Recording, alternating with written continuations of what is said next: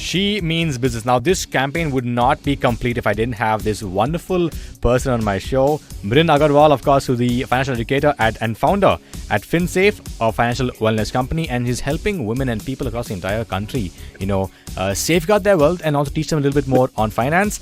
Mrin, good morning. Happy Women's Day. Good morning, Lee. How are you doing? How's Women's Day going for you? Women's Day is going great, and I, as a woman, I don't need a Women's Day for the day to go great. Fantastic. That's so nice to hear. Now, I had to talk to you about this as well because this theme for this year's Women's Day is Accelerate Action, right? Which is also talking about the gender pay gap, which is apparently 100 years away, which I think is ridiculous, and it should come down to at least 5-10 years from now. In fact, next year would be great, but let's see, right?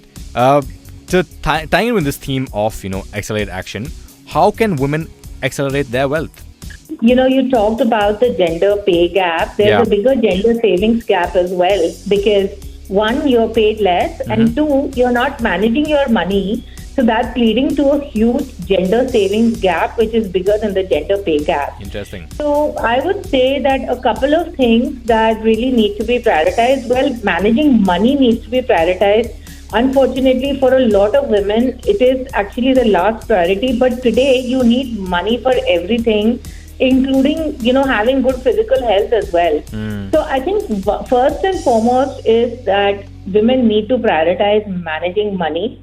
And the second thing is that, again, I see these days that there is a lot of trend chasing and so it's very important, that first and foremost, whenever you invest money, like since we are talking about accelerate action, when you talk about, when you talk about investing and when you really want to grow your money, then there are a couple of things that you have to focus on. So first and foremost, you need to focus on getting into investments that are actually going to beat inflation on a post-tax basis. Okay. Right?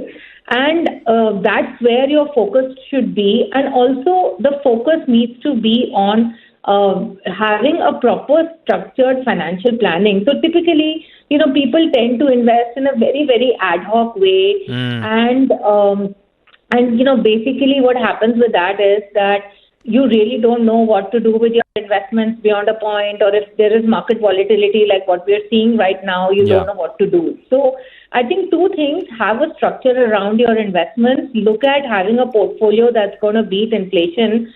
And in order to do that, you will certainly need to have a good amount of allocation to equities. Then you mentioned markets as well, and everybody's portfolio is looking a little bit red, right? So should we be worried about it? Should we keep investing on SIPs? What do you think about this? The ups and downs are always part of the markets, right? And we have seen the up happening for the last couple of years.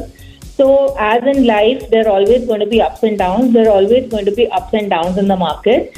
And that is why goal-based investing is really important. So first and foremost, whenever you invest in equities, you should have a 7 to 10 year time frame of investment. And secondly, you need to be prepared for this volatility. And honestly, this 10-15% downside intra-year actually happens pretty much every year.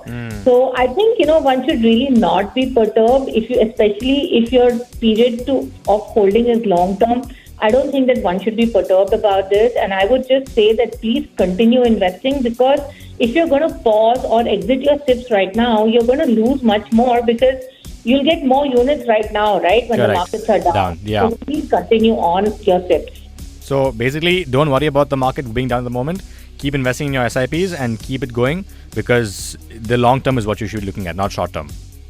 Absolutely. Fantastic. And of course, Mrin, thank you so much for educating so many people on this topic. And you mentioned the gender savings gap as well is quite large. Thank you so much for telling us more about this and giving us some tips on how to escape it, and to change and to accelerate action as well. One message to the women on Women's Day, Mrin. I would say believe in your abilities to manage your money well. That's it. Perfect. That's so nice and succinct. I love it.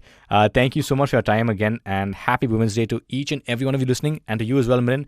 Have a nice one. Thank you, Lee.